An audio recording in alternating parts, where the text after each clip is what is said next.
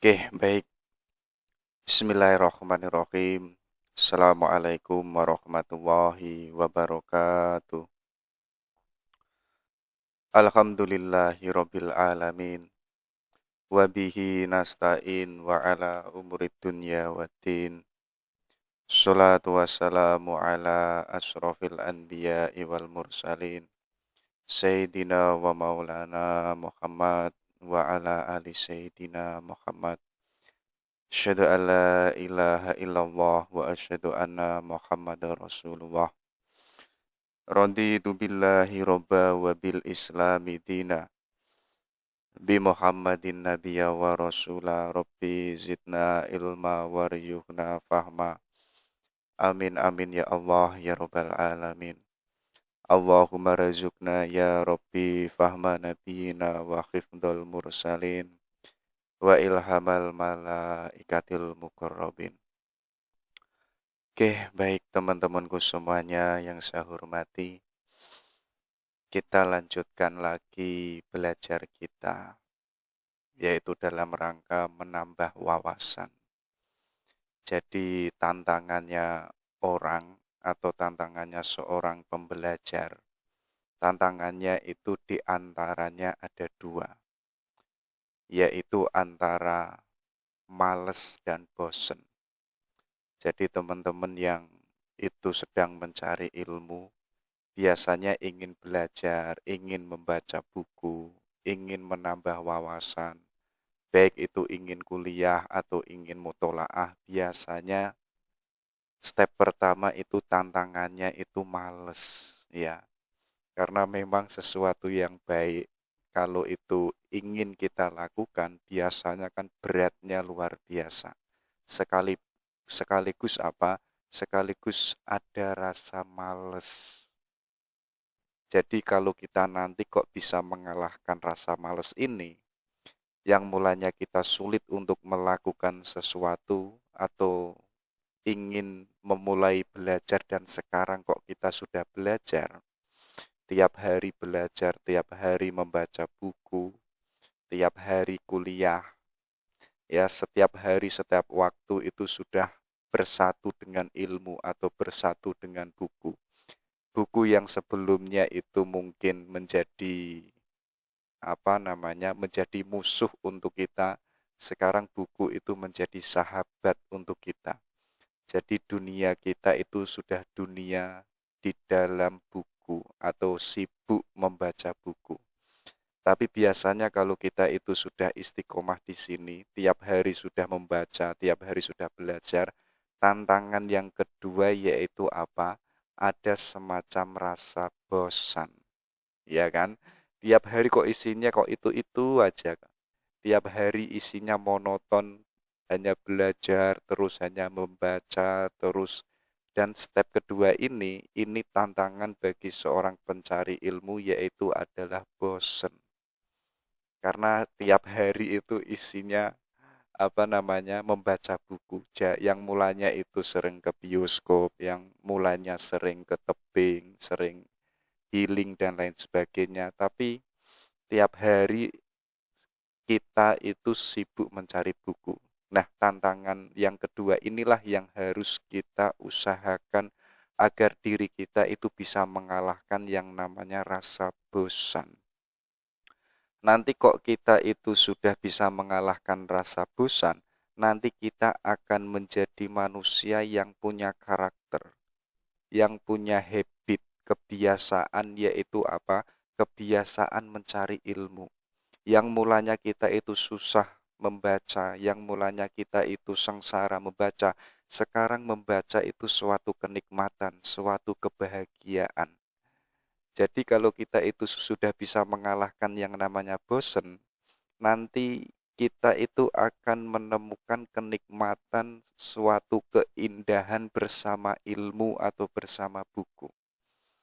Makanya kenapa kok hari ini kita kok belum sampai level merasakan manis bersama ilmu, karena kita mungkin belum bisa mengalahkan rasa bosan dan rasa males. Ya, jadi ayo kita mulai hari ini pelan-pelan mengalahkan dua musuh ini, yaitu antara males dan bosen. Kalau nanti kita berhasil, kita akan menjadi pelajar atau menjadi seorang pencari ilmu yang itu punya habit, punya kebiasaan. Ya, jadi kalau kita sudah masuk ke level ini, nanti ilmu itu sudah tidak berjarak dengan diri kita. Ya, jadi ilmu itu sudah bukan sesuatu yang itu ngeri, melainkan apa?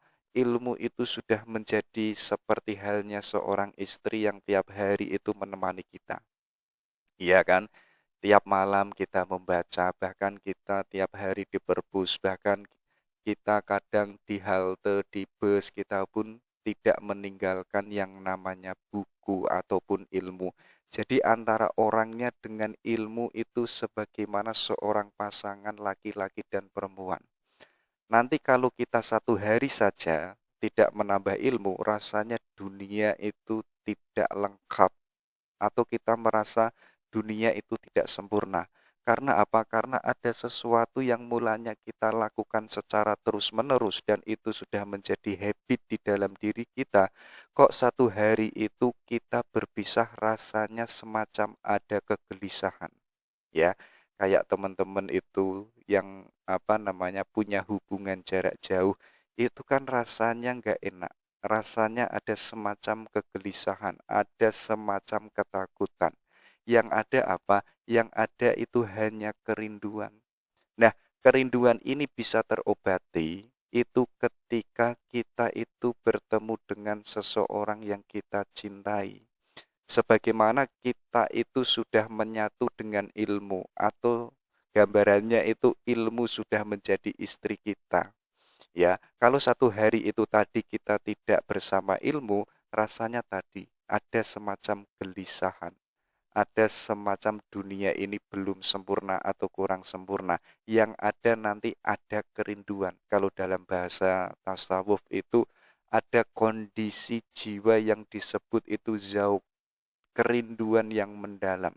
Nah, kerinduan inilah bisa diobati dan bisa diselesaikan ketika kita itu kembali lagi, yaitu menambah ilmu atau membaca buku. Jadi sebagaimana malam hari ini, ayo kita melepaskan yang namanya kerinduan kita kepada ilmu. Jadi kita hari ini bertemu dengan ilmu atau menambah wawasan. Jadi kalau itu yang mulanya rindu, sekarang kita sudah bertemu dengan sesuatu yang kita cintai, yaitu adalah ilmu. Oke, itu mukadimahnya. Sekarang kita tema besarnya adalah filsafat perempuan. Jadi ini salah satu request dari teman-teman, terutama teman-teman perempuan. Mas coba ngangkat tema perempuan, Mas coba ngangkat tema feminisme. Dan baru malam ini saya akan memenuhi requestnya teman-teman, nggak apa-apa. Walaupun teman-teman harus menunggu 1 bulan kayaknya. Oke, itu ya. Jadi kalau kita hanya fokus membahas laki-laki saja atau membahas produk pemikiran idenya para filosof laki-laki, rasanya kok belum lengkap. Coba kita membahas tema perempuan, walaupun ini nanti banyak peradaban, banyak agama yang itu membahas perempuan, sekaligus nanti ada pandangan para filosof laki-laki yang itu memandang perempuan itu hanya dipandang sebagai sebelah mata. Nanti pun juga ada respon yang positif, terutama para ekofeminisme dan juga tokoh feminis. Jadi merespon pandangan laki-laki ya, yang itu dianggap negatif, yang itu dianggap tidak menguntungkan perempuan. Sekarang tiba waktunya perempuan itu menanggapi atau merespon atau dalam istilah lain itu mendekonstruksi ide-idenya para lelaki yang itu mengenyap mengkesampingkan perempuan.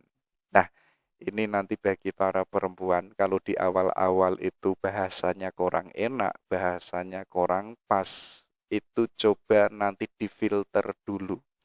Nanti walaupun demikian awalnya nggak enak, nanti ada titik di mana akhirnya itu akan membahagiakan. Karena ada sebagian para tokoh feminis itu merespon tentang keberadaan perempuan di tengah alam semesta. Oke, baik, kita coba bedah apa saja ide-ide atau isi dari filsafat perempuan.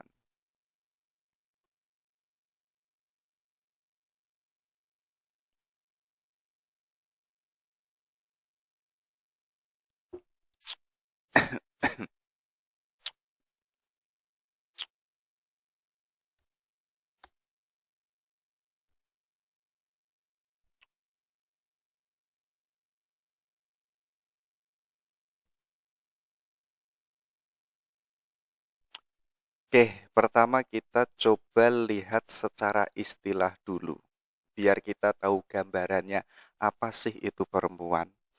Jadi dalam bahasa Sanskerta itu ada istilah yang disebut wan. Maksudnya apa? Maksudnya wan ini adalah nafsu. Jadi seorang perempuan atau wanita itu adalah seorang manusia yang dinafsui atau objek seks. Jadi wanita itu hanya sebatas objek nafsu atau sebatas yaitu wilayah seks. Ya, jadi perempuan itu kalau memakai istilahnya bahasa Sanskerta, ya, jadi itu adalah seseorang yang itu dinafsui. Jadi itu kan ada perbincangan dialog antara Hasan Al-Basri dengan Robiah Al-Adawiyah. Jadi beliau Hasan Al-Basri ini sudah lama naksir sama Robiah. Dan suatu ketika beliau Hasan ini memberanikan dirinya untuk melamar Robiah. Ya, dan suatu ketika itu waktu dilamar, ya, jawabannya Robiah itu simpel, wahai Hasan, kamu tahu nggak nafsunya laki-laki itu berapa? Jawabnya Hasan, yaitu adalah satu. Dan kamu tahu nggak nafsunya perempuan itu berapa? Jawabnya Hasan, yaitu adalah 9. Loh, nafsu saya, katanya Robiah, nafsu saya yang itu jumlahnya 9, yang itu tidak sebanding dengan laki-laki, saya saja yang itu perempuan mampu mengendalikan atau mampu mengesampingkan nafsu saya dan hidup saya itu fokus hanya untuk mahabbah kepada Allah. Sedangkan kamu yang laki-laki yang itu dianugerahi hanya satu nafsu, kok kamu tidak mampu untuk mengendalikan nafsumu? Artinya apa? Dalam kacamatanya Robiah ini, perempuan ini nafsunya 9. Dan sedangkan laki-laki nafsunya itu satu. Makanya nggak salah di dalam bahasa Sanskerta itu yang dengan istilah wan, yang itu di mana perempuan itu hanya objek nafsu.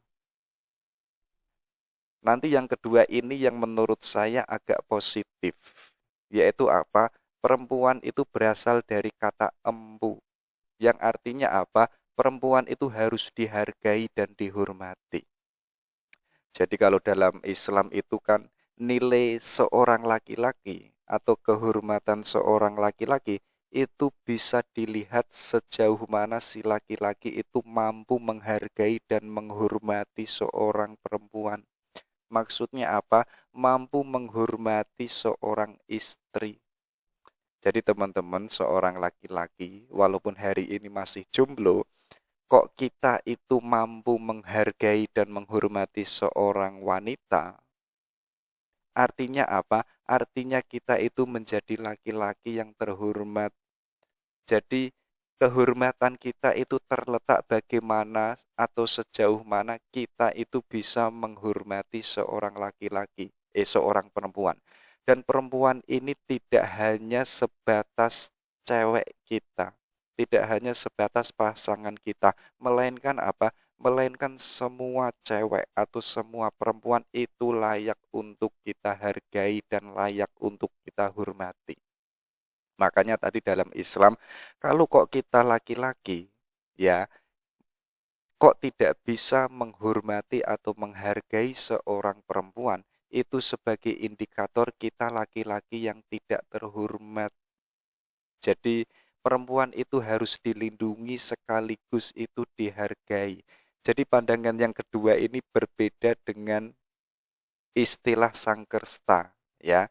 Jadi yang pertama itu perempuan itu hanya sebatas pada wilayah pemenuhan seks, ya.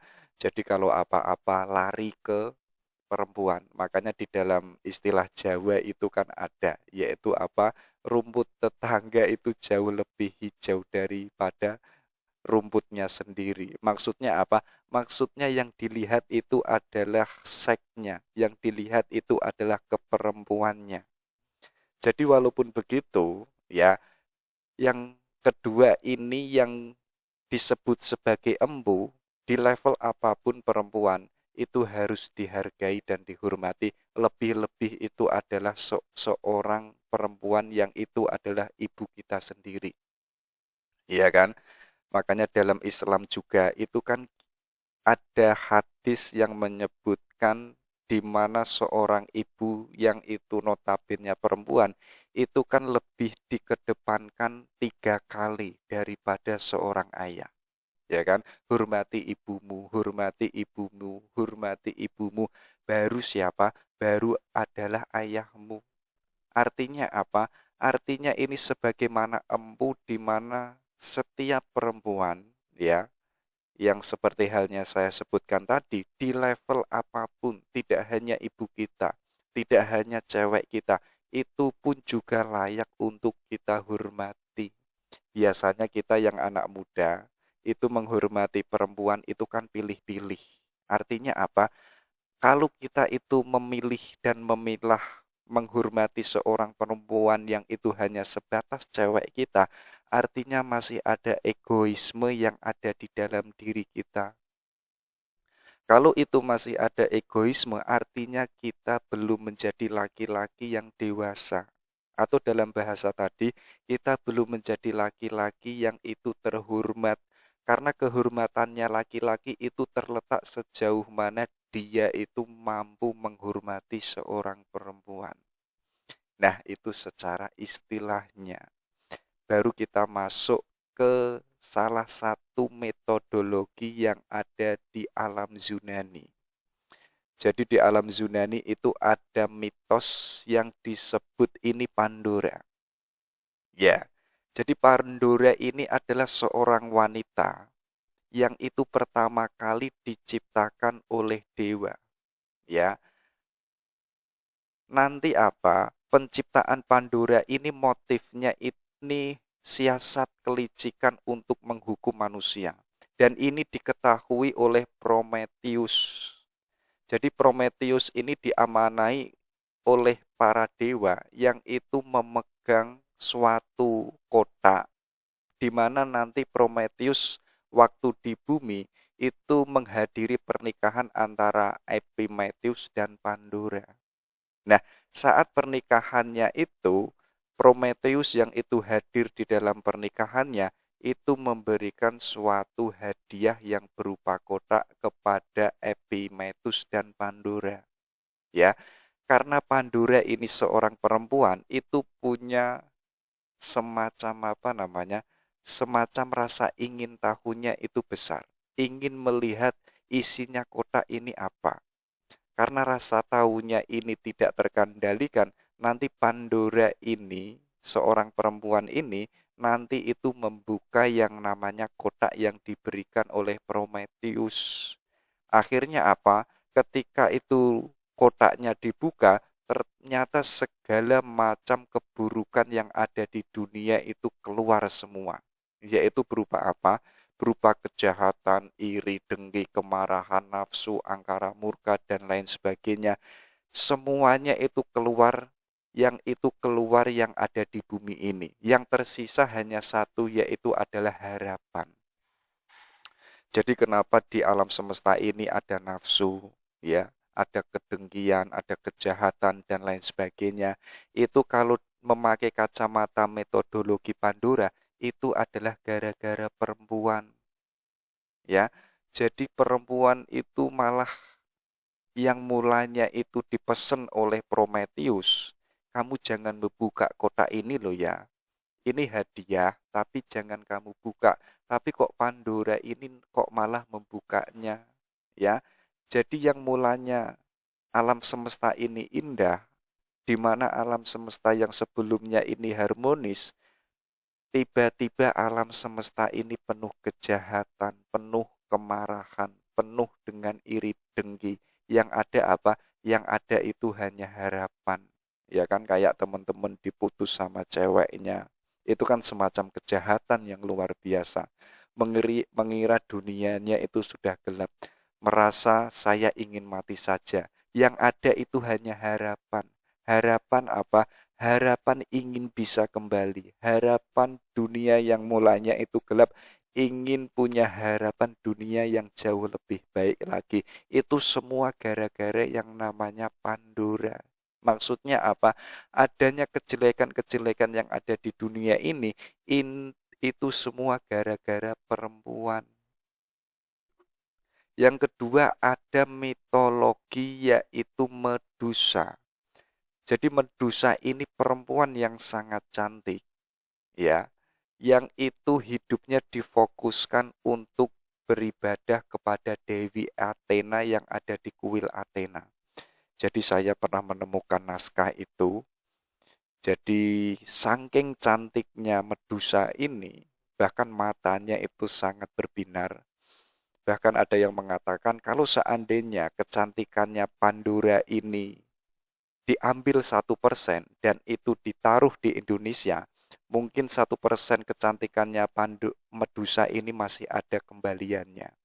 Jadi mungkin itu sangat cantiknya, bahkan dibandingkan dengan kecantikan seluruh perempuan yang ada di Indonesia, walaupun itu hanya diambil 1%, tapi tidak ada yang mampu mengalahkan kecantikannya Medusa.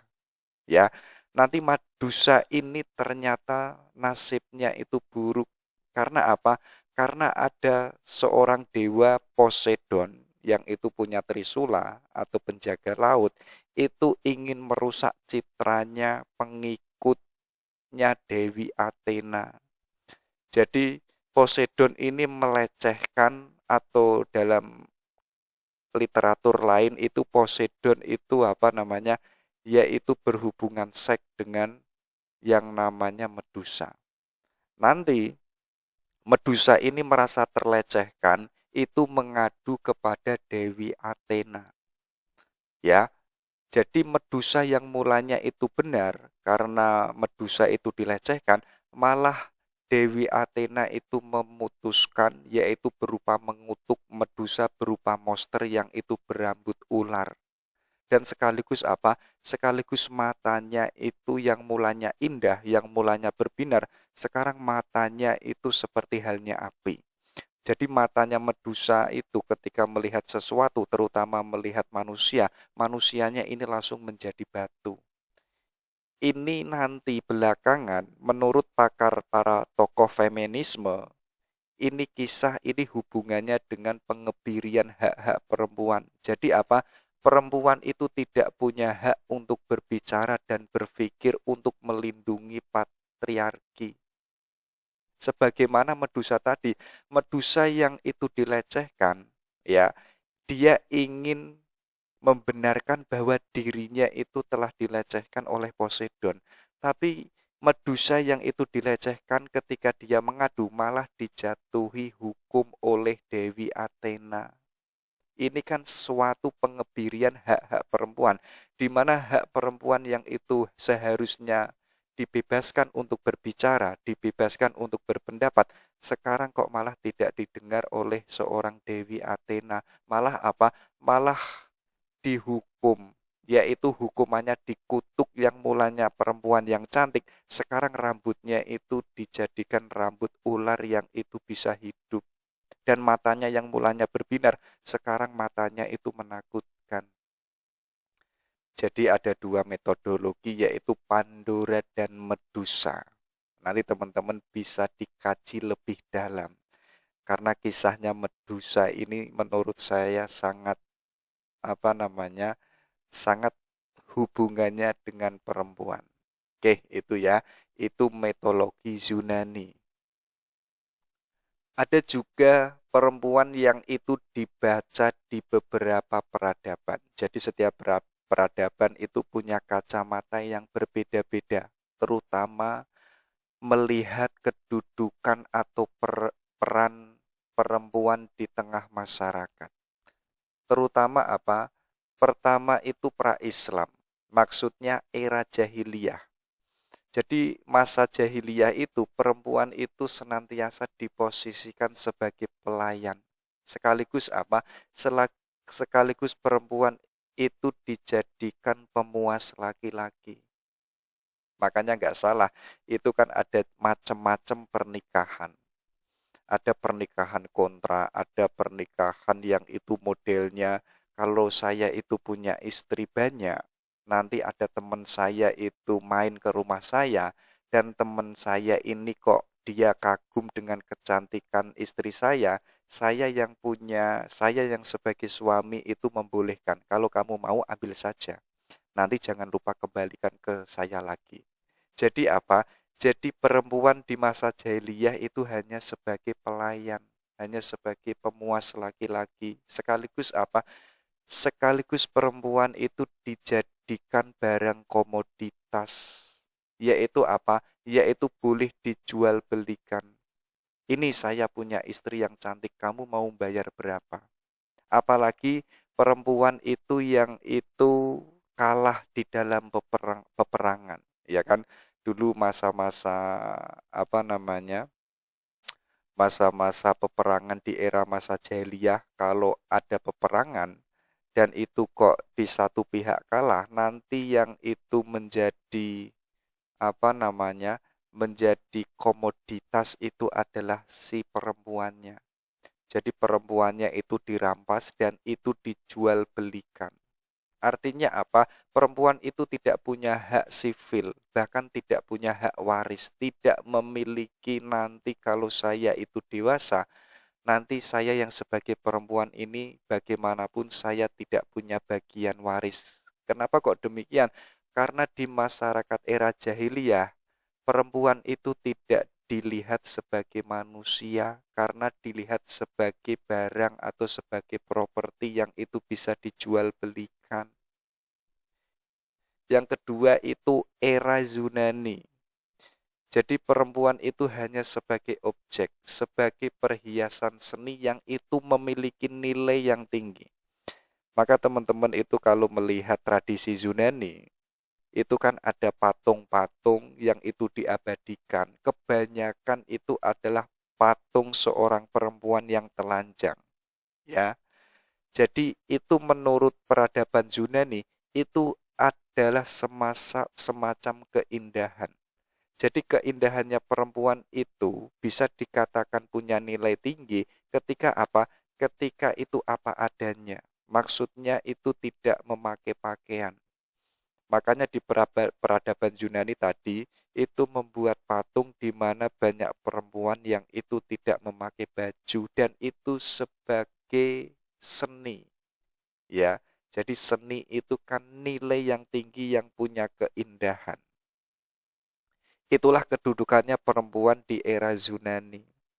Nanti di era Romawi berkembang yang namanya pola patriarki, ya, di mana seorang raja itu harus laki-laki, di mana seorang gubernur itu pun juga harus laki-laki. Misalkan kalau di Indonesia, lurah itu harus laki-laki, guru itu harus laki-laki, dosen harus laki-laki, profesor pun juga harus laki-laki. Kalau semuanya itu dipegang laki-laki, itulah yang disebut patriarki. Jadi apa-apa di tengah masyarakat atau di tengah peradaban itu yang memegang harus seorang laki-laki. Karena apa? Karena laki-laki ini mampu diandalkan.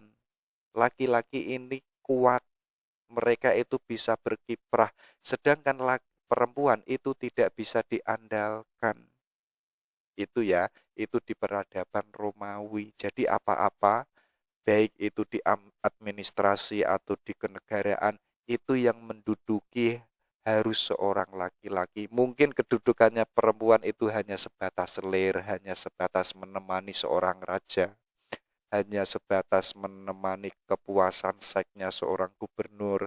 Tapi kok untuk memegang peran kekuasaan itu harus laki-laki. Nanti unik juga di tradisi Hinduisme, ya. Jadi seorang perempuan itu harus berakhir pada saat kematian suaminya. Jadi teman-teman, itu kalau melihat film India, ya, itu kan ada tradisi di mana kalau seorang suami kok meninggal dunia dan dibakar, ya, maka seorang istri pun ini harus merelakan dirinya dibakar bersama suaminya yang itu sudah mati. Kenapa kok demikian? Karena itu sebagai bukti kecintaan seorang perempuan kepada suaminya. Ya, jadi kalau si suaminya ini kok dia telah mati, ya si istri pun juga harus mati bersama. Ya, jadi apa namanya? Jadi kita hidup bersama dan kita pun juga mati bersama. Itu di dalam tradisi Hinduisme. Ada juga yaitu di tradisi Yahudi. Jadi perempuan itu dianggap sebagai sumber laknat dan biang keladi terusirnya Adam dari surga. Ya, kita yang dalam kacamata Islam itu kan di mana kenapa kok Nabi Adam yang mulanya happy-happy di surga, menikmati seluruh keindahan-keindahan fasilitas-fasilitas yang ada di surga, dan ada perintah di mana Adam ini nggak boleh mendekati yang namanya buah kuldi.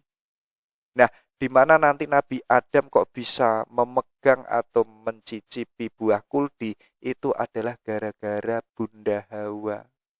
Makanya tradisi Yahudi ini menganggap perempuan itu hanya sebatas sumber laknat. Ya kan? Kenapa kok demikian? Karena apa? Gara-gara perempuan, Nabi Adam yang mulanya itu seneng-seneng di surga, sekarang dihukum yaitu apa? Yaitu diturunkan ke alam dunia. Dan itu gara-gara perempuan. Nanti yang lebih agak apa namanya agak negatif itu dipandang oleh orang Nasrani yang itu mengatakan apa perempuan itu senjatanya iblis dalam rangka apa dalam rangka untuk menyesatkan manusia. Jadi perempuan yang itu keberadaannya ada di tengah alam semesta itu sebenarnya adalah senjatanya iblis untuk apa namanya untuk menjatuhkan keberadaan seorang laki-laki. Makanya di Islam itu kan ada hadis ya, kalau ada seorang laki-laki dan perempuan di mana kok berjalan di depannya itu yang di mana seorang laki-laki berjalannya itu di belakang, yang di depan itu adalah perempuan, itu kan di Islam kan menganjurkan kalau bisa yang di depan itu laki-laki, ya, yang di belakang itu perempuan. Kenapa kok demikian? Kalau yang itu di depan perempuan, pasti itu ada sesuatu yang menggoda, ada sesuatu yang itu apa? Yang itu menumbuhkan nafsu. Makanya nggak salah orang Nasrani mengatakan perempuan itu hanya sebagai senjata iblis untuk menyesatkan laki-laki. Jadi kalau kita itu memakai kacamatanya orang Nasrani, kita harus hati-hati dengan perempuan, ya, terutama yang sebagai anak muda yang itu belum menikah, itu kan ancaman terbesar di antara mencari ilmu bagi anak pemuda, di antara ancaman terbesar itu adalah perempuan, ya. Apalagi teman-teman yang itu sudah punya cewek, wah itu godaannya kan luar biasa. Dan kita nggak mungkin atau teman-teman saya pernah menemukan itu keimanannya laki-laki itu bisa diuji ketika itu satu kamar dengan perempuan. Mungkin keimanan kita hari ini yang itu jauh dengan perempuan itu belum bisa dikatakan kita sebagai laki-laki yang beriman. Nah, keimanan kita itu bisa diuji sejauh mana keimanan kita kepada Allah ketika ketika kita itu berada di satu kamar, di mana di satu kamar itu ada perempuan. Kira-kira kita yang laki-laki kuat enggak untuk menolak godaannya perempuan, untuk menolak nafsu kita untuk tidak berhubungan yang dilarang oleh agama. Kira-kira bagaimana? Mungkin teman-teman bisa membayangkan. Jadi itu. Jadi perempuan itu hanya sebagai senjatanya iblis untuk menyesatkan laki-laki. Jadi ternyata di banyak peradaban itu memandang perempuan itu sebelah mata. Ada yang mengatakan perempuan itu hanya sebagai pemuas laki-laki. Ya, ada yang mengatakan sebagai pelayan. Ada juga yang di mana perempuan itu hanya sebagai perhiasan seni. Bahkan di peradaban Romawi, perempuan itu tidak punya kedudukan dan tidak punya peran. Kalau di tradisi Hinduisme, perempuan itu harus berakhir ketika suaminya itu telah meninggal. Ada juga perempuan itu sumber laknat, sumber biang keladi. Gara-gara perempuan, Nabi Adam itu terusir dari surga. Yang terakhir apa? Perempuan itu sebagai alat iblis untuk menjatuhkan laki-laki. Jadi teman-teman yang perempuan nggak boleh marah dulu. Tapi apa? Tapi sebagaimana Al-Ghazali yang itu menyarankan kita, ayo kita pelajari dulu sebelum kita itu marah-marah. Jadi antara kita nanti itu ya atau tidak, setuju atau tidak, step pertama kita harus mempelajarinya biar kita tahu. Oke, kita lanjutkan ya. Ini ada juga dalam perspektif agama Laozi, ya. Jadi di tradisi Laozi itu ada pandangan yang disebut yin yang. Gambarannya itu. Jadi ada hitam dan ada putih. Di mana hitam itu yang itu tidak total hitam, melainkan apa? Di tengah-tengah hitam itu ada putih. Dan putih itu pun juga tidak total. Karena apa? Di tengah-tengahnya putih itu pun juga ada hitam. Maksudnya kalau kita mengkaji kajian kemarin tentang pluralisme, di mana sesuatu yang itu baik, itu selamanya tidak menjadi baik. Pasti di dalam kebaikan itu ada titik hitamnya. Di mana sesuatu yang itu buruk, itu tidak selamanya buruk. Pasti di dalamnya ada nilai kebaikannya. Nah, adanya yin yang ini membaca perempuan, ya. Jadi perempuan itu ibaratnya seperti yin. Jadi apa? Perempuan itu unsur negatif atau pasif. Seperti air, dingin, basah, gelap, bulan. Itu adalah sifatnya perempuan. Jadi perempuan itu bisa dikatakan perempuan kalau sifatnya itu seperti air, kalau sifatnya itu dingin. Ya, kalau ada perempuan kok dikit-dikit marah, dikit-dikit ngambek dan lain sebagainya, itu tidak seperti yin. Jadi apa? Perempuan itu harus pasif. Sedangkan yang laki-laki yang itu disebut yang itu merupakan unsur yang positif, yang aktif. Seperti apa? Seperti api. Atau juga panas, kering, terang, matahari yang itu bersifat laki-laki. Ya, kalau matahari itu diibaratkan laki-laki, matahari ini mampu menyinari rembulan di mana rembulan yang di malam hari itu bisa bercahaya. Karena kedudukannya rembulan yang di malam hari itu pasif. Nanti rembulan ini bisa bercahaya karena ada matahari dan matahari ini sebagaimana laki-laki. Jadi dalam kacamata tradisi yin yang, perempuan itu pasif, laki-laki itu yang aktif. Ya, kayak kita hari ini melihat ada istilah di mana laki-laki itu harus bekerja. Maksudnya apa? Laki-laki itu harus aktif, dan perempuan itu hanya pasif di dalam rumah. Isinya itu hanya 3 kalau kita memakai kacamatanya orang Jawa, yaitu apa? Perempuan itu harus bisa masak, manak, dan apa namanya? Maca, masak, dan manak. Artinya apa? Dia itu harus kreatif, yang kreatifnya itu ada di dalam rumah. Nanti yang aktif di luar rumah itu adalah laki-laki. Nanti walaupun demikian, kedudukannya perempuan ini yang inferior, itu nanti dilihat sebagai hukum kausalitas, ya, di mana perempuan itu seperti bumi yang itu dikuasai oleh langit. Maksudnya langit ini adalah laki-laki. Jadi laki-laki itu yang bisa menyinari bumi, ya. Bumi ini kan pasif, dia bisa bertumbuh, dia bisa bergerak karena itu mendapatkan cahaya dari langit, ya. Jadi apa? Keutamaan bagi seorang perempuan itu adalah mengalah dan lemah. Jadi perempuan itu gak boleh membantah suaminya. Gambarannya seperti itu. Dan perempuan itu pun juga harus pasif dan diam. Sebagaimana halnya bumi. Bumi ini kan diam. Dan bumi ini bertumbuh karena ada langit yang itu menurunkan hujan, yang itu di mana ada langit yang itu ada matahari yang menyinari bumi. Hal itu berbeda dengan laki-laki yang itu harus aktif dan kuat dan penuh inisiatif sebagai halnya langit atau surga. Jadi laki-laki itu harus aktif, harus bergerak. Bergeraknya untuk apa? Untuk memenuhi bumi yang itu bumi bisa bertumbuh, bisa berbunga kalau ada tumbuh-tumbuhannya. Nanti di dalam tradisi yin yang ini, walaupun demikian, kedudukannya laki-laki ini tidak superior, tidak akan lengkap tanpa kehadirannya seorang perempuan. Jadi apa?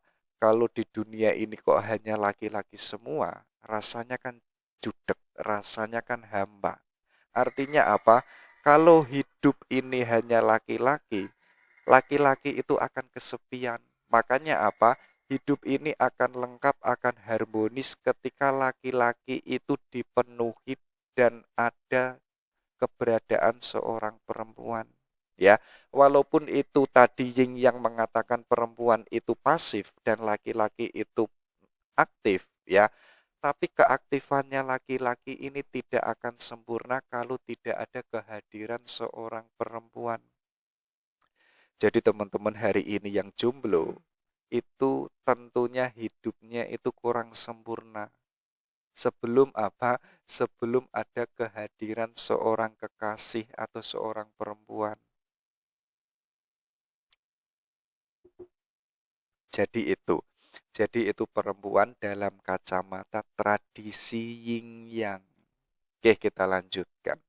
Kalau ini perempuan dalam kacamatanya filosof muslim.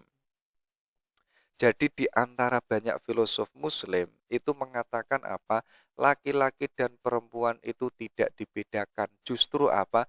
Justru antara laki-laki dan perempuan itu disetarakan sama-sama. Ya, nanti yang membedakan itu apa? Yang membedakan itu adalah kemampuan akalnya, bukan jenis kelaminnya. Saya yang laki-laki dan kamu perempuan itu sama. Dan perbedaannya antara saya dan kamu, derajatnya nanti lebih dan tinggi yang mana, itu adalah tergantung kemampuan intelektual kita. Kita mau nggak sebagai manusia mendaya gunakan akal kita? Kalau kita tidak mau yang sebagai laki-laki, ya kedudukan kita itu kalah dengan perempuan. Tapi kok perempuan itu yang sama-sama dianugerahi oleh Allah berupa akal, tapi kok tidak mau mendaya gunakan akalnya, ya perempuan itu kedudukannya ada di bawah laki-laki. Laki-laki pun sama. Walaupun itu tidak mau berpikir, ya kedudukannya itu di bawah perempuan. Walaupun ada perbedaan laki-laki dan perempuan, ini bagi para filosof muslim itu adalah egalitarianisme. Maksudnya apa? Kita itu sama loh ya. Antara laki-laki dan perempuan itu enggak ada bedanya. Nanti yang membedakan kita apa? Yaitu adalah kemampuan intelektual kita. Kita mau nggak belajar? Kita mau nggak menambah wawasan? Kalau memakai kacamatanya filsuf Muslim, kita mau nggak berfilsafat? Kalau kita mau berfilsafat, itulah kedudukannya seseorang di tengah alam semesta, dan itu tidak dilihat kamu laki-laki atau perempuan, sebagaimana itu ditegaskan oleh Al-Farabi. Al-Farabi itu menegaskan, coba dicek keindahan sebuah puisi, ya. Teman-teman misalkan kalau itu membaca puisi, rasanya rasanya indah, rasanya menyejukkan. Nanti membaca puisi yang itu kesedihan, sekarang membaca puisi yang itu tiba-tiba yang sebelumnya kita sedih, sekarang kok kita merasa bahagia. Jadi apa? Jadi kualitasnya nilai dari puisi itu, ya, itu tidak tergantung siapa yang menulis. Maksudnya apa? Nilainya puisi itu tidak tergantung yang itu yang menulis laki-laki. Kalau seorang perempuan itu tulisan puisinya kok bagus, yo itu adalah nilai dari puisi. Jadi bukan tergantung antara kedudukan laki-laki dan perempuan, tapi apa? Tapi sejauh mana dia itu mampu menciptakan sebuah puisi yang itu bernilai. Ya, jadi kok kita laki-laki yang itu tidak mampu membuat suatu puisi yang indah atau bait-bait yang indah, kok kita kalah dengan perempuan yang itu mampu menciptakan suatu puisi yang indah, yo kita sebagai laki-laki itu kalah dengan perempuan. Maksudnya apa? Maksudnya Al-Farabi itu menegaskan laki-laki itu dan perempuan itu sama loh ya. Ya, maksudnya apa? Maksudnya itu apa? Puisi itu yang indah, keindahannya puisi itu tidak tergantung siapa yang nulis. Walaupun itu yang nulis itu perempuan, puisi yang indah itu tetap menjadi puisi yang indah. Sebagaimana nanti Al-Farabi itu punya gagasan yaitu Madinah Al-Fadilah. Jadi apa? Jadi suatu negara yang itu bahagia. Katanya Al-Farabi apa? Seorang pemimpin negara itu diantaranya itu harus sehat jasmani, punya kesempurnaan intelektual, dan sekaligus apa? Suka ilmu, dan punya kemampuan berbicara, dan sekaligus punya moral yang baik, dan orangnya itu bijak. Dan Al-Farabi itu menegaskan apa? Seorang pemimpin yang itu punya kriteria demikian, ya, itu tidak hanya mensyaratkan harus laki-laki, melainkan apa? Perempuan pun juga layak untuk menjadi pemimpin negara. Catatannya apa? Catatannya kalau syaratnya itu terpenuhi. Kalau seorang perempuan itu kok punya sehat jasmani, akalnya kok jalan, dan perempuan ini suka ilmu, dan punya kemampuan berbicara, dan moralnya itu baik, dia layak untuk menjadi pemimpin negara. Jadi di Madinah Al-Fadilah ini seorang pemimpin negara itu tidak harus laki-laki. Kalau laki-lakinya itu tidak mampu, yang mampu itu perempuan, ya perempuan harus menjadi seorang pemimpin negara.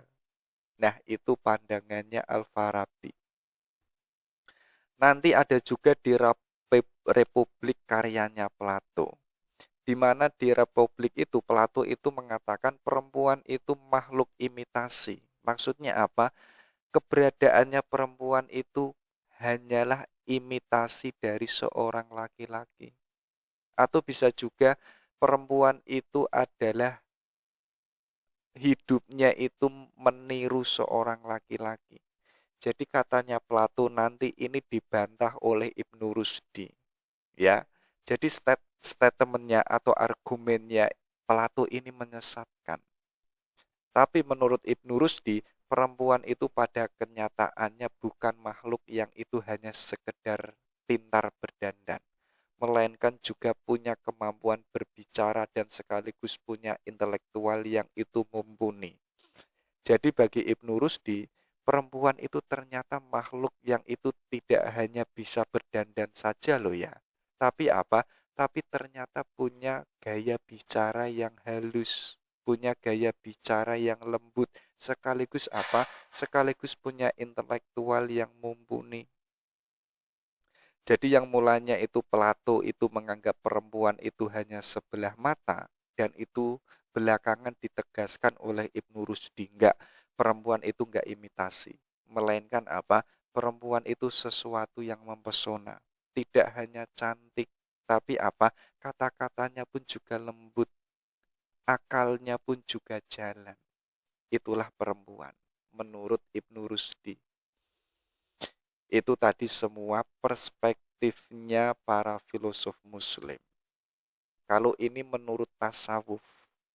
Jadi di dunia tasawuf itu persoalan pertama apa? Itu adalah seorang hamba yang itu mau berusaha untuk sedekat mungkin dengan Tuhannya. Atau juga apa? Seorang hamba itu mampu merindukan Tuhan dan mampu atau punya mahabbah dengan Tuhan. Dan antara kedekatan dengan Tuhan ini tidak hanya sebatas untuk laki-laki, tapi pun juga perempuan juga bisa untuk mendekatkan diri kepada Allah. Bahkan banyak juga, terutama yang itu diwakili oleh Robiah Al-Adawiyah, itu kan makomnya sudah sampai puncaknya. Bahkan dalam ceritanya Robiah itu sudah tidak mau menikah. Makanya dalam seumur hidupnya Robiah itu kan jomblo atau tidak mau menikah. Kenapa kok demikian? Karena sudah saking mahabbahnya kepada Tuhan. Jadi kalau ada laki-laki yang itu tadi yang di awal seperti hal Hasan Al-Basri ingin melamar Robiah, dia nggak mau. Karena apa? Karena kecintaan saya itu sudah total kepada Allah. Jadi di dalam dunia tasawuf itu untuk bisa dekat dengan Allah, laki-laki dan perempuan itu punya hak yang sama. Jadi kalau hari ini ada perempuan ingin dekat sama Tuhan, kok jalannya harus dengan laki-laki, itu sesuatu yang absurd. Ya, karena apa? Di dalam kacamatanya studi tasawuf, perempuan itu punya hak yang sama. Kalau laki-laki itu bisa mendekatkan dirinya kepada Allah dan bisa merindukan dan mencintai Allah, perempuan pun juga punya hak yang sama. Ya, punya potensi yang sama. Nanti hal ini ditegaskan oleh Ibnu Arabi. Ya, jadi apa? Ibnu Arabi ini tidak melihat perempuan itu sebagai sumber maksiat, melainkan apa? Perempuan itu malah dijadikan sebagai sarana untuk mencapai Tuhan. Jadi gara-gara ada perempuan di sekeliling kita atau ada perempuan di tengah alam semesta, jadi apa? Jadi adanya perempuan yang itu ada di tengah alam semesta itu adalah sebagai sarana untuk bisa mencapai kepada Tuhan. Makanya nggak salah, cintanya laki-laki kepada perempuan dan ingin bersatu dengannya itu adalah simbol kecintaan dan kerinduan manusia kepada Tuhan. Jadi apa? Esensi cinta perempuan itu terdapat cinta kepada Tuhan.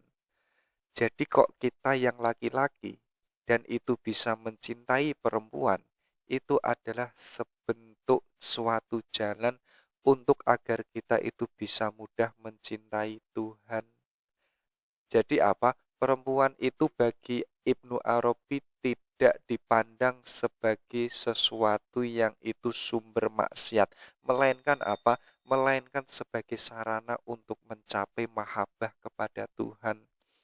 Makanya saya itu menemukan kalau nggak salah itu dari Ibnu Jauzi yang itu mengatakan kalau kita yang sebagai laki-laki tidak bisa mencintai perempuan, yo bagaimana kita yang laki-laki itu bisa mencintai Allah? Maksudnya apa? Sesuatu yang fisik saja kita tidak bisa mencintainya, bagaimana kita kok bisa mencintai sesuatu yang itu non fisik, maksudnya yaitu adalah Tuhan. Perempuan itu kan indah, mempesona, mengagumkan, ya. Kalau kok kita tidak bisa mencintainya, sesuatu yang fisik itu, bagaimana kita itu bisa mencintai sesuatu yang metafisik? Kalau kita untuk bisa mencintai sesuatu yang metafisik, harusnya apa? Harusnya kita itu bisa mencintai sesuatu yang fisik dulu. Di antaranya apa? Di antaranya itu adalah perempuan. Jadi menurut Ibnu Arabi, perempuan ini yang ada di tengah alam semesta itu adalah sebagai sarana untuk kita itu bisa mencapai pada wilayah ketuhanan. Dan sekaligus apa? Kalau kita yang laki-laki ini bisa merindukan perempuan dan bisa menginginkannya, dan sekaligus kita kok bisa mencintai si perempuan ini adalah salah satu apa? Salah satu kecintaan kita kepada Tuhan. Karena apa? Karena perempuan itu adalah ciptaannya Tuhan. Kalau kita bisa mencintai perempuan, itu adalah salah satu jalan kita untuk bisa mencintai Allah. Makanya dalam tradisi orang India kuno, itu kan ada pandangan kalau kita itu bisa menemukan keindahan Tuhan, jalannya itu adalah dengan berhubungan intim dengan perempuan. Jadi seorang laki-laki kalau itu ingin menemukan keindahan bersama Tuhan, itu bisa dicari ketika apa? Ketika si laki-laki ini berhubungan intim dengan perempuan. Kalau memakai kacamatanya tasawuf, itu apa? Kita akan menemukan suatu kondisi yang disebut itu ekstase, di mana kesadaran itu hilang, yang ada itu adalah kesadaran ilahiyah atau kenikmatan yang itu tidak bisa kita ketemukan di dunia ini, itu bisa ditemukan ketika kita itu berhubungan intim dengan perempuan. Ya, jadi hubungan intim mungkin teman-teman yang itu sudah punya atau yang sudah berumah tangga, itu kan ada semacam kenikmatan di mana kenikmatan di dunia ini tidak ada apa-apanya dengan kenikmatan berhubungan intim, ya. Jadi itu kan katanya teman-teman yang sudah menikah. Nah, itu adalah kedudukannya perempuan. Jadi kalau kita memakai kacamatanya Ibnu Arabi, ayo kita jangan kesampingkan perempuan.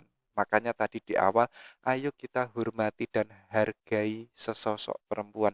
Karena apa? Salah satu jalan untuk bisa kita masuk ke wilayah ilahiyah, atau kita bisa cinta atau mahabbah dengan Tuhan, salah satunya kita harus bisa mencintai perempuan. Itu ya. Kemudian apa? Ibnu Arabi itu punya pandangan yang kontroversial, yaitu apa? Yaitu tentang wahdatul wujud. Maksudnya apa? Maksudnya itu kesatuan wujud. Jadi wujud yang ada di alam semesta ini, yang kelihatannya itu macam-macam, yang kelihatan itu banyak, hakikatnya itu hanya ada satu wujud, yaitu apa? Yaitu adalah wujudnya Allah. Makanya dalam bahasanya Ibnu Arabi itu ada istilah wajibul wujud dan mungkinul wujud. Jadi kita yang laki-laki dan kita yang itu perempuan, itu hakikatnya kita itu mungkinul wujud. Keberadaan kita itu bisa ada dan bisa tidak.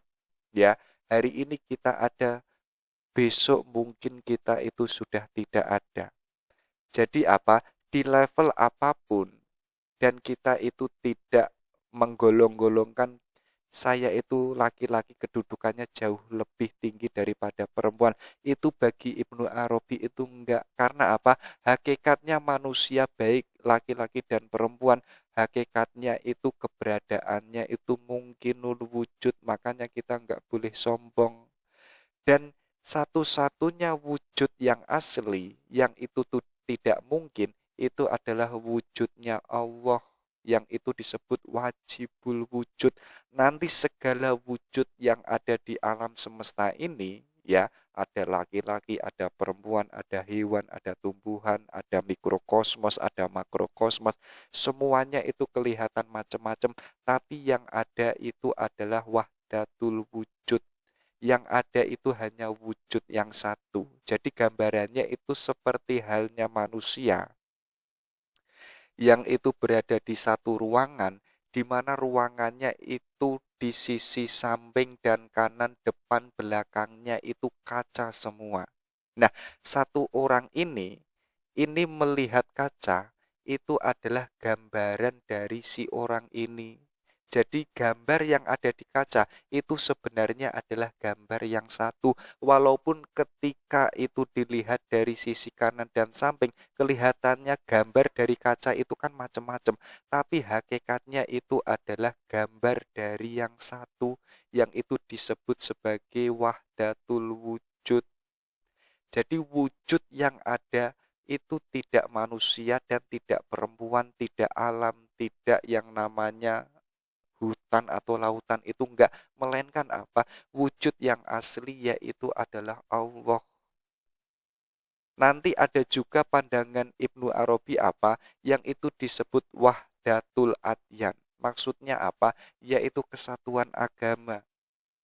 Jadi bagi Ibnu Arabi, agama yang hari ini itu kelihatan beda-beda, ya.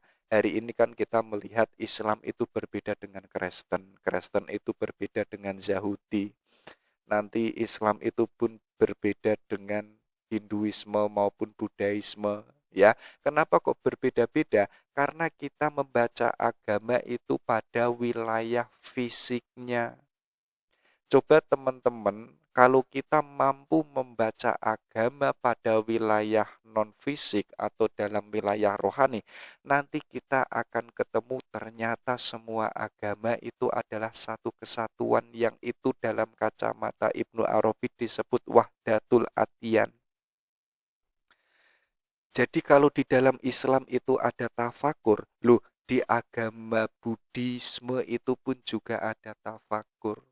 Ya, kalau di Islam itu ada yang namanya uzlah, loh di agama Hinduisme itu pun juga ada uzlah. Ternyata di setiap agama inti ajarannya itu adalah sama. Maksudnya apa?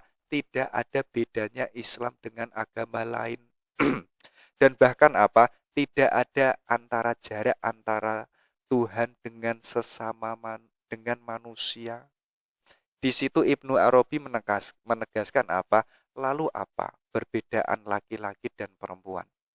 Karena laki-laki dan perempuan tadi hakikatnya itu sama, yaitu hanya sebatas mungkinul wujud, ya. Jadi hanya keberadaannya itu hanya sebatas mungkin. Kita itu dulu kan tidak ada, sekarang kita ada, besok mungkin kita tua, dan kemudian kita itu sudah tidak ada lagi. Dan keberadaan kita itu tergantung Allah. Ya, jadi laki-laki dan perempuan itu enggak ada bedanya, posisinya itu sama. Yang ada itu wajib apa? Wujud yang itu asli, yang itu wajib, yang itu adalah hanya Allah. Itu dalam kacamatanya Ibnu Arabi. Nah, sekarang kita coba melihat perempuan di mata filsuf yang itu sifatnya misoginisme. Maksudnya apa? Filosof yang itu membaca perempuan itu sebelah mata. Terutama itu diwakili oleh Plato. Jadi Plato ini mengatakan menempatkan kehormatan laki-laki pada kemampuannya itu memerintah. Sedangkan apa? Kehormatan perempuan itu terletak pada kemampuannya ketika dia itu mampu bekerja yang sederhana dan hina. Ya, makanya apa? Dalam kacamatanya Plato, perempuan itu dikasih pekerjaan yang sederhana saja. Karena apa? Karena perempuan kalau dikasih pekerjaan yang berat, mereka itu tidak mampu. Makanya apa? kasih saja pekerjaan yang itu hina, yaitu apa? Yang itu hanya di dalam rumah, ya mungkin nyapu kalau hari ini ya mungkin nyuci piring. Nanti pada wilayah peperangan, wilayah administrasi, wilayah kenegaraan itu harus diisi laki-laki. Dan itu adalah salah satu kehormatan seorang laki-laki. Tapi perempuan ini bisa dikatakan terhormat ketika apa? Ketika pekerjaannya itu sederhana. Yaitu apa? Yaitu hanya terdiam tanpa berbicara. Artinya perempuan itu tidak punya kebebasan untuk berbicara. Karena apa? Yang berbicara itu harus laki-laki saja. Sebagaimana peristiwa Medusa. Ya, Medusa ini kan seorang perempuan yang cantik yang itu dilecehkan oleh Poseidon. Ya, ketika Medusa ini dia mau berbicara dan itu mempertahankan kebenarannya, malah ternyata itu dihukum oleh Dewi Athena. Artinya apa? Artinya perempuan itu hanya diam saja. Bicaranya itu, argumennya itu tidak dianggap. Itu bagi Plato. Tapi bagi Aristoteles, perempuan itu sederajat dengan budak atau sederajat dengan hamba sahaya. Itu bagi Aristoteles. Tapi bagi Hegel, perempuan itu tidak bisa berpikir secara universal. Kenapa kok demikian? Karena perempuan itu tidak bisa memimpin sebuah negara. Sebab apa? Sebab perempuan itu hanya cocok pada pekerjaan yang sifatnya itu domestik, yaitu apa? Yaitu hanya untuk mempercantik diri. Kalau kita sambungkan dengan peradaban yang sebelumnya tadi, ayo perempuan pekerjaannya itu mempercantik diri, biar apa? Biar si suami itu atau si laki-laki itu puas dengan kecantikannya si perempuan.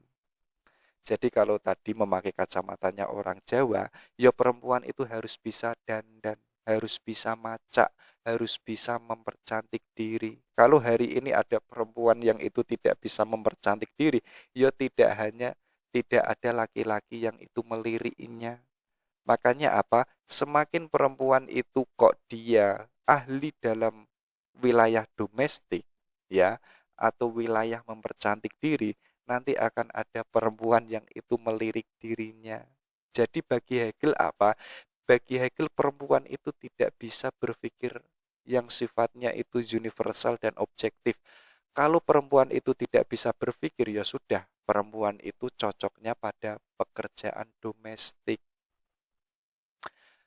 Kalau bagi Rene Descartes, perempuan itu makhluk yang irasional dan laki-laki itu makhluk yang rasional.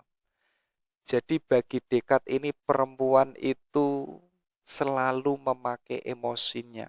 Ya, dikit-dikit ngambek, dikit-dikit apa, dikit-dikit mood, tidak mood dan lain sebagainya. Artinya apa? Artinya perempuan ini tidak bisa berpikir secara rasional.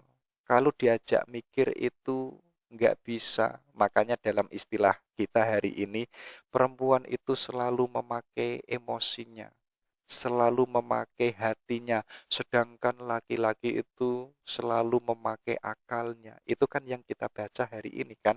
Itu sebagaimana pendapatnya Rene Descartes. Maka apa?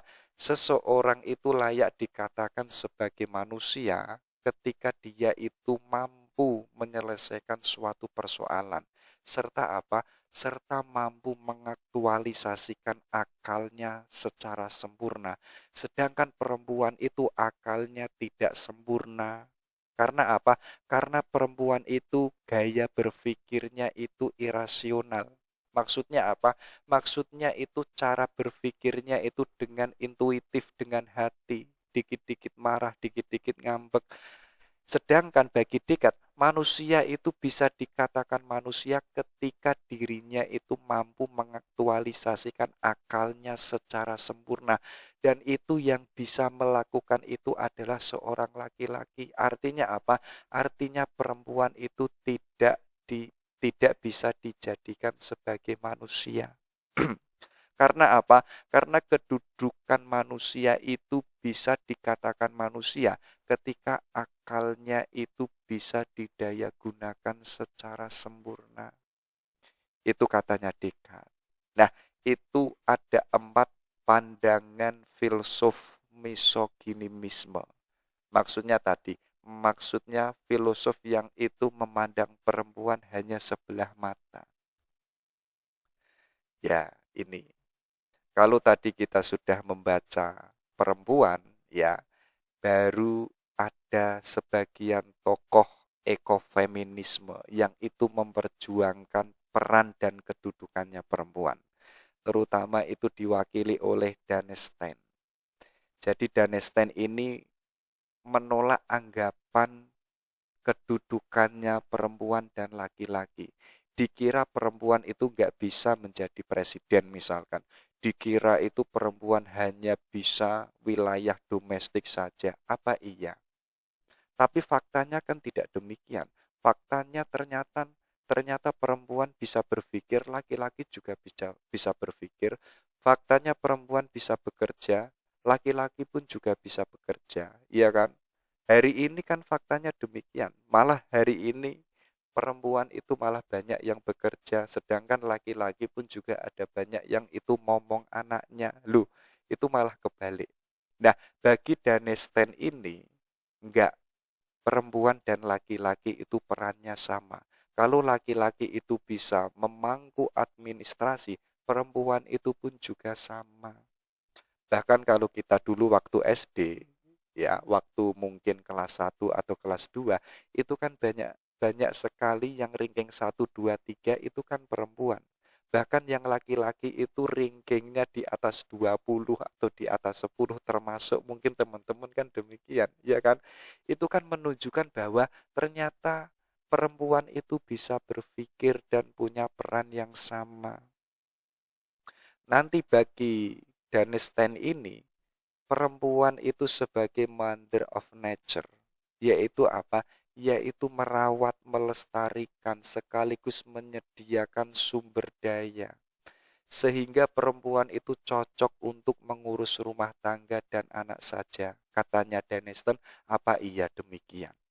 Sedangkan laki-laki itu dianggap man of culture, yaitu bekerja yang pekerjaannya itu membangun peradaban, civilization. Jadi perempuan itu enggak hanya sebatas mother of nature yang itu sibuk hanya di dalam rumah, itu enggak. Kalau hari ini ada yang mengatakan bahwa perempuan itu hanya sebatas di dalam rumah dan laki-laki itu pekerjaannya di luar rumah, ayo coba kita gabungkan. Maksudnya apa? Laki-laki dan perempuan itu bisa saling bekerja sama. Ya, kalau laki-laki itu membawa culture ke dalam nature, ya, nanti yang perempuan ini membawa nature ke dalam culture. Jadi apa? Perempuan yang mulanya dulu dianggap hanya sebatas domestik saja atau domestik saja, sekarang perempuan itu yang mulanya yang mulanya mother of nature, sekarang perempuan itu pun juga bisa sebagai man of culture, yaitu apa? Yaitu bisa bekerja di luar rumah untuk membangun peradaban dan kebudayaan. Jadi kok kebudayaan kok hanya dibangun laki-laki, itu rasanya kurang sempurna, rasanya kurang lengkap. Nanti yang ditakutkan itu akan mensisihkan keberadaan perempuan. Makanya apa? Makanya budaya dan peradaban itu harus dibangun bersama antara laki-laki dan perempuan. Mengapa kok demikian?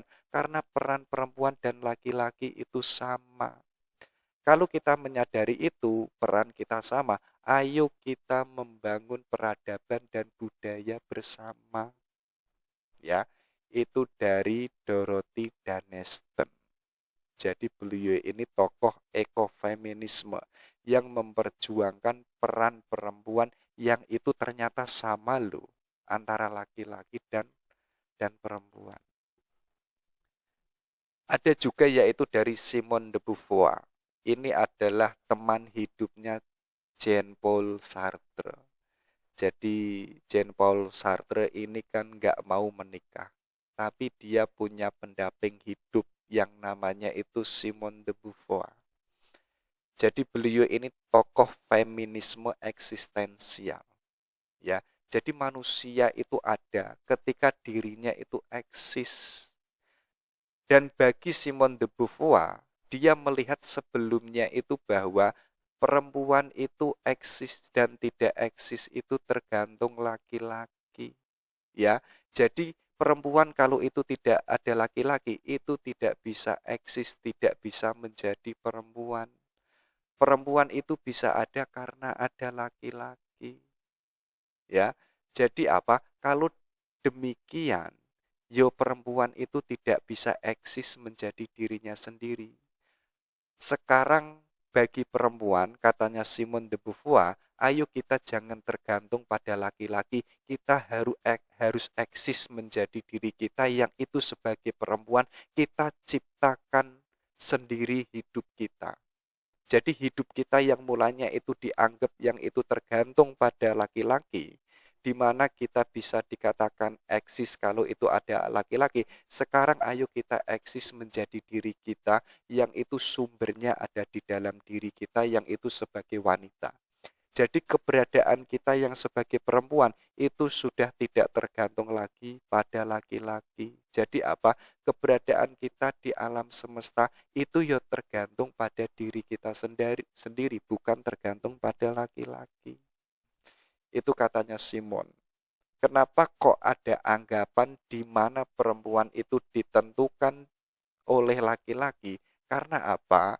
Karena ada keabsutan di mana sebelumnya apa?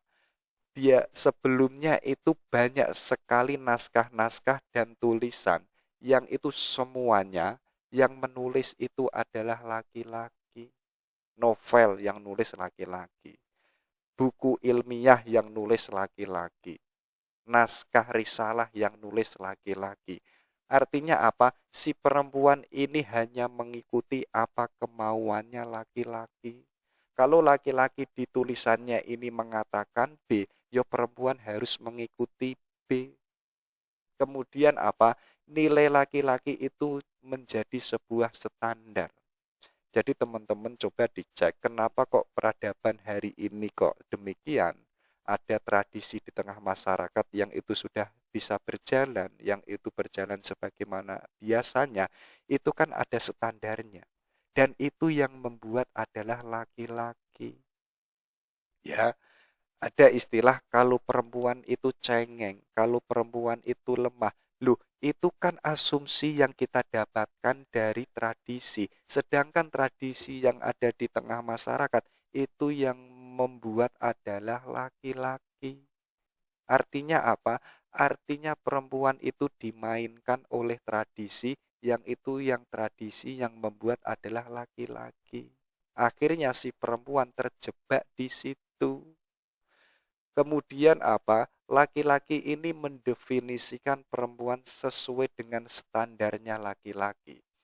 Kalau wilayah perempuan yang itu dikonsepkan oleh laki-laki, yo perempuan itu pasti dinilai lemah, dinilai tidak bisa apa-apa. Yang nanti pada ujungnya apa? Ujungnya nilai standar ini nanti menguntungkan laki-laki. Kayak tadi sebelumnya, presiden itu harus laki-laki, gubernur itu harus laki-laki, ya, lurah itu harus laki-laki. Akhirnya apa? Akhirnya menyisihkan keberadaan perempuan di tengah masyarakat maupun negara. Karena apa? Karena semuanya yang mendefinisikan itu laki-laki, sedangkan laki-laki itu tidak tahu apa-apa tentang perempuan, katanya Simone de Beauvoir. Ya, harusnya apa? Yang mendefinisikan perempuan itu juga harus seorang perempuan. Kalau selama ini konsep-konsep yang ada, istilah-istilah yang ada, yang itu semuanya itu kok yang membuat laki-laki, yo pastinya itu tidak sesuai dengan perempuan. Makanya apa? Ayo kita yang perempuan harus terlibat mengkonsepkan, mendefinisikan sesuatu. Biar apa? Biar yang didefinisikan itu juga pas dengan perempuan. Kenapa kok hari ini banyak chaos? Karena apa? Karena yang membuat itu laki-laki, kayak HP yang membuat laki-laki, pakaian yang membuat laki-laki, ya kan? Sekarang chef pun juga banyak yang laki-laki. Itu kadang pun juga tidak pas dengan standar perempuan. Akhirnya apa? Akhirnya perempuan itu hanya sebatas objek bagi si laki-laki. Kemudian apa? Laki-laki itu dianggap sebagai human being, sedangkan wanita itu apa? Sebagai perempuan yang sifatnya itu female. Artinya apa? Yang bisa dikatakan ada itu hanya laki-laki, sedangkan perempuan itu dianggap tidak ada. Kayak tadi, yang semuanya itu dipegang oleh laki-laki, akhirnya laki-laki ini membuat peraturan, membuat kebijakan. Kadang kebijakannya itu tidak melihat posisi perempuan. Kadang pun juga kebijakannya itu menyisihkan perempuan. Karena apa? Karena yang membuat itu laki-laki, itu semuanya dibaca oleh Simone de Beauvoir. Kalau semuanya itu yang mengendalikan laki-laki, otomatis tidak pas dengan kodratnya perempuan. Nah, makanya bagi Simon, ayo kita yang sebagai perempuan atau teman-teman yang itu sebagai perempuan, ayo kita ada yang itu sebagai human being. Keberadaan kita, ayo hari ini tidak hanya tergantung pada laki-laki, melainkan apa? Ayo kita yang perempuan itu harus mandiri. Kita menjadi manusia yang itu bisa eksis walaupun itu tidak ada laki-laki. Makanya Simone de Beauvoir ini mendeklarasikan, ayo perempuan yang mulanya kita hanya sebagai domestik, yang hanya bisa berkiprah di rumah tangga, ya mungkin hanya nyuci, hanya ngepel, hanya momong anak. Ayo kita yang laki-laki sekarang kita bekerja, kita harus berdaya dan mandiri. Ya, jadi kalau wanita itu bisa mandiri dan bisa bekerja, itu kan nilai keberadaannya kan dihargai di tengah masyarakat. Artinya apa? Sekarang kita atau teman-teman yang perempuan yang sekarang bekerja itu sudah bisa dianggap sebagai manusia yang eksis. Keberadaannya sudah tidak tergantung kepada suami atau kepada laki-laki. Yang kedua apa? Wanita itu harus punya wawasan luas, harus mau mendayagunakan intelektualnya, dan sekaligus apa? Harus banyak belajar. Kenapa kok demikian? Simone de Beauvoir tadi menangkap, membaca apa? Selama ini perempuan itu dibodohi oleh laki-laki. Ya, standar apapun, budaya apapun, adat istiadat, semuanya itu kan yang membuat laki-laki. Dan sekarang apa? Ayo wanita harus bergerak, menambah wawasan, akalnya harus digunakan. Biar apa? Biar yang sebelumnya kita itu dibodohi oleh laki-laki, sekarang kita sudah tidak bisa lagi dibodohi oleh mereka. Ya. Yang ketiga apa? Wanita harus mandiri secara ekonomi. Ini sebagaimana yang pertama tadi.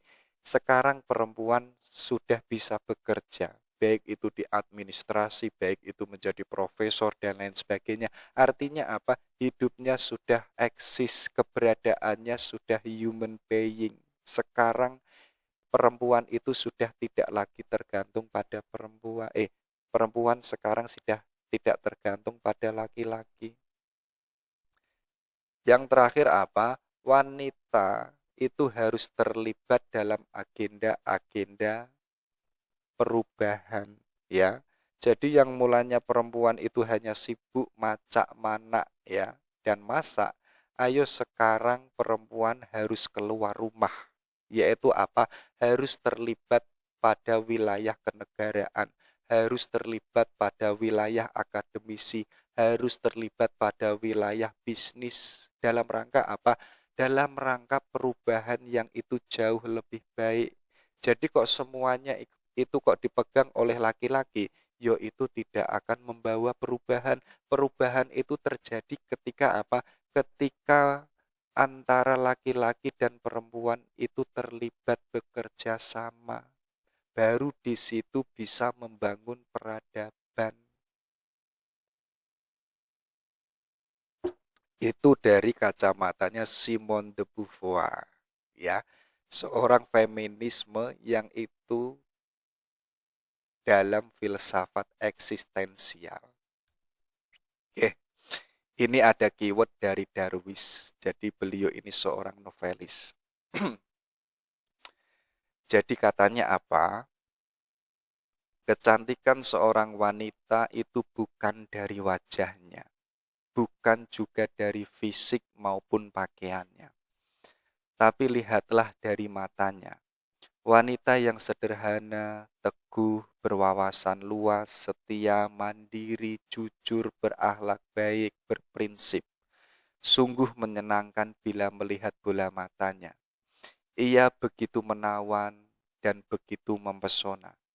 Begitupun juga membawa kedamaian, walaupun tampilannya sangat bersahaja. Jadi perempuan itu kelihatan menawan dan kelihatan mempesona. Ketika perempuan itu kelihatan sederhana, tapi apa? Tapi punya keteguhan, punya wawasan luas. Dan si perempuan ini setia pada suaminya. Dan perempuan ini jujur, mandiri, akhlaknya baik, punya prinsip dalam hidupnya. Ya, kalau kok ada perempuan kok punya aspek-aspek demikian, ya, itu kelihatan pada bola matanya. Jadi saat si laki-laki ini melihat bola matanya, yang kelihatan apa? Yaitu ada sosok perempuan yang begitu menawan dan begitu mempesona. Karena apa? Karena ada nilai yang agung, yang absolut yang ada di dalam diri perempuan. Jadi ayo teman-teman yang perempuan, carilah ilmu yang sebanyak-banyaknya. Jadilah perempuan yang setia. Jadilah perempuan yang jujur dan mandiri. Sekaligus apa? Punya prinsip hidup dan punya akhlak yang baik. Biar apa? Biar kelihatan menawan dan mempesona. Walaupun apa? Walaupun tampilannya itu hanya pas-pasan. Walaupun bajunya itu bersahaja, tapi kok ada nilai absolut yang ada di dalam dirinya. Walaupun demikian bola matanya itu menampilkan menawan dan sungguh mempesona. Itulah seorang perempuan. Yang terakhir ini dari Khalil Gibran.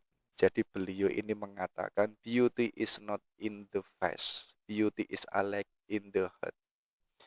Jadi perempuan itu cantik tidak terletak pada wajahnya. Tapi apa? Kecantikan itu adalah cahaya hati. Jadi perempuan kok itu wajahnya cantik, tapi kok hatinya tidak cantik, yaitu absurd, ya. Kayak tadi, perempuan cantik tapi kok wawasannya sempit, tapi kok tidak punya wawasan, yo kecantikan wajahnya itu yo tidak bersinar, ya. Kesinaran kecantikan wajahnya itu kelihatan ketika apa? Ketika di dalam perempuan itu ada nilai yang absolut, yaitu apa? Punya prinsip, punya keteguhan, punya kesetiaan, punya ilmu yang banyak. Itu nanti wajahnya yang cantik, ya, itu akan bersinar karena apa? Karena ada cahaya di dalam hatinya. Jadi kalau wajahnya cantik tapi kok hatinya tidak cantik, yo wajah ini yang mulanya cantik nanti akan tergerus oleh ruang dan waktu. Karena kita sadar bahwa kecantikan wajah itu tidak selamanya. Jadi teman-teman hari ini kok mencari cewek yang itu hanya sebatas kecantikan wajahnya, sadarilah bahwa kecantikan itu terbatas. Tapi kok hatinya penuh ilmu, hatinya penuh dengan nilai, itu akan tiap hari semakin bersinar dan itu akan menerangi wajahnya maupun apa, maupun tubuh fisiknya. Jadi ayo kita tambah ilmu, biar apa? Biar diri kita itu tambah bernilai. Nanti efek baiknya apa? Hati kita ini akan bercahaya dan sekaligus apa? akan teraktualisasi pada perilaku kita. Itulah yang disebut cantik. Jadi apa? Indikator kecantikan bagi Khalil Gibran ini adalah cahaya yang ada di dalam hati. Oke, itu ya. Itu sekilas dari perempuan. Oke, semoga bermanfaat. Saya akhiri. Assalamualaikum warahmatullahi wabarakatuh.